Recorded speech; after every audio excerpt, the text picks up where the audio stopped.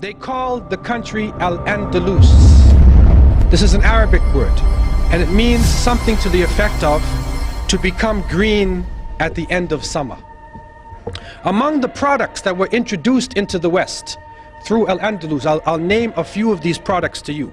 Cotton, paper, glass mirrors, street lamps, salt, colored glass, silk, satin, pepper, cinnamon, handkerchiefs, deodorant, kerosene, linen, firearms, cotton balls, paper money, postage stamps, book binding, clocks, ceramic tiles, nitric acid, soap, astrolabes, compasses for navigation, slide rules, rulers, surgical instruments, windmills, spinning wheels, rose water, maps, globes, citrus and nectar fruits, carpets, eyeglasses, curtains, test tubes, porcelain, fine furs, velvet, almanacs, and encyclopedias.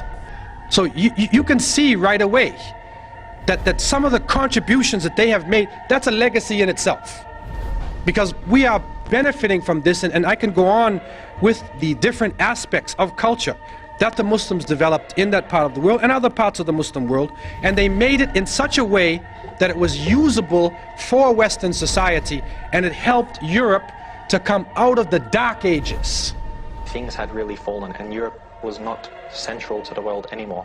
But while the non-Muslim historians refer to the Dark Ages of Europe, just in Western Europe you had this amazing state of Andalus, of Muslim Spain, and out of there you had cities like Cordoba, and Cordoba at that time was the largest city in the world. It was a city of 1 million people plus. If you look at the street of Cordoba, it was completely lit up. There were street lights, which was unknown in Europe. They had public baths, they had libraries, they had universities.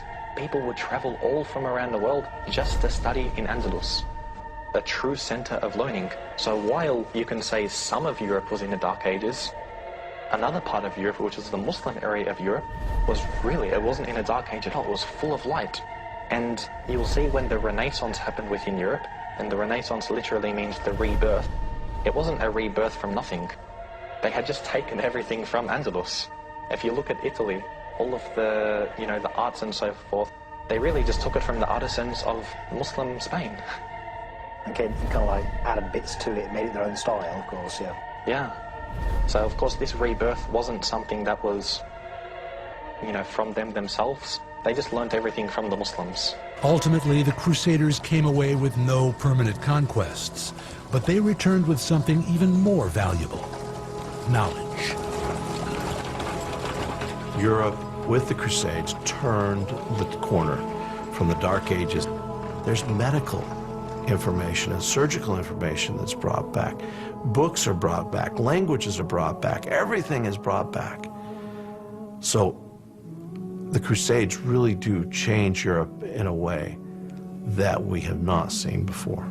Europe was on the verge of one of the most productive and creative periods of its entire history. Things like the great Gothic cathedrals, the universities, the law courts and legal systems, all of those were created. So following this long period of darkness, there came a tremendous explosion of really brilliant cultural achievements.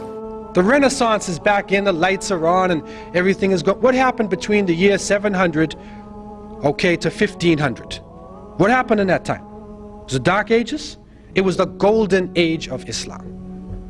And I want to just talk about some of the contributions that were made by Muslims. And this can get very complicated. In mathematics, some of the achievements made, they began algebra and symbols and equations. Developed Arabic numerals, sifr, 0, Arabic numeral system. They established a logarithm. They founded the general formula for solving third-degree equations. They founded trigonomic ratios, formulas, and equations. And you can continue to go on, and you'll see calculus and trigonometry and all of these areas of math have a debt to Islam. In physics, they established the science of power, or mechanics. They describe the center of gravity. They describe gravity. So when that apple hit Newton in his head, okay, he was probably reading an Arabic book, and it woke him up from his sleep, and then he turned to the page on gravity. But what comes to us, the apple hit him in his head, and they say he discovered gravity. Muslims had described gravity in details long before Isaac Newton. Also, they described mechanical properties of geometric bodies. They developed the hydrometer, aerometer, the lever, balance, scale. They measured specific gravity of different substances, invented the pendulum, the spring and wall clock. Also, you find in chemistry, they introduced atomic theory of matter. They developed processes of evaporation, sublimation, crystallization, distillation, filtration, pigmentation, melting. They introduced methods of steel making, metalwork. They developed procedures for dyeing of cloths and textiles. They established preparation methods of chemicals, sulfuric, nitric and hydrochloric acids, ammonium chloride, silver nitrate, mercuric oxide, chloride, sulfide, sodium. They developed chemical processes and methods for manufacturing of glass, soaps, perfumes, resins, oils, paints, paper, sugar, gunpowder. They introduced the uses of jars and flasks, scales and tubes, and you can go on in terms of the things they were introducing. In astronomy, they developed astrolabes and sextants, prepared star catalogs and tables of planetary motion, named over 200 stars with Arabic names. They proved the earth as a spherical shape. They calculated the length of terrestrial degree, determined the earth's circumference and diameter. They measured solar inclination angle. They charted the positions and orbits of stars and planets. In medicine, you find they performed gynecology, obstetrics. They wrote medical encyclopedias. They performed therapy procedures. They prepared mercury ointment. They discovered a blood circulation and described the pulmonary circulation and the function of lungs. They recognized the contagious nature of tuberculosis and the distribution of disease by water and soil. They performed surgical treatment of eyes, ears, and teeth.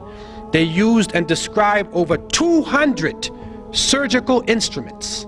Over 200 surgical instruments.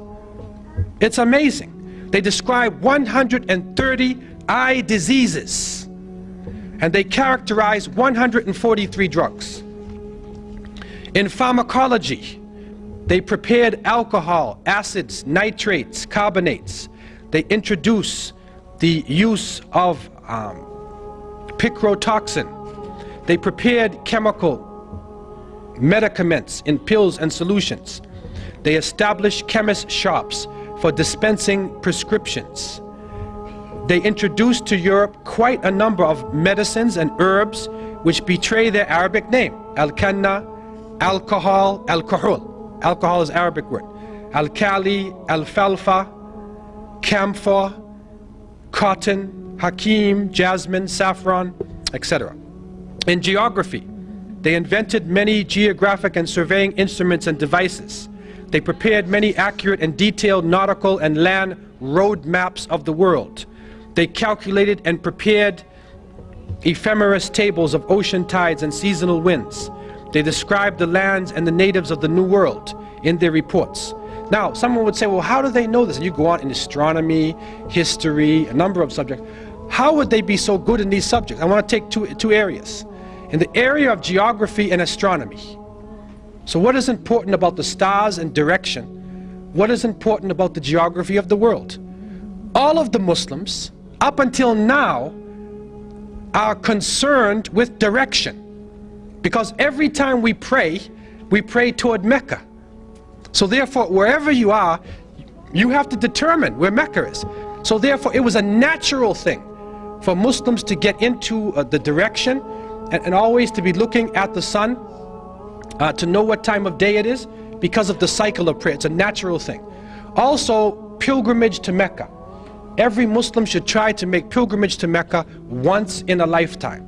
And so therefore, these complicated works in geography, like international road maps, were developed especially for Muslims to be able to travel from, say, China or India or West Africa or Northern Europe and travel to Mecca.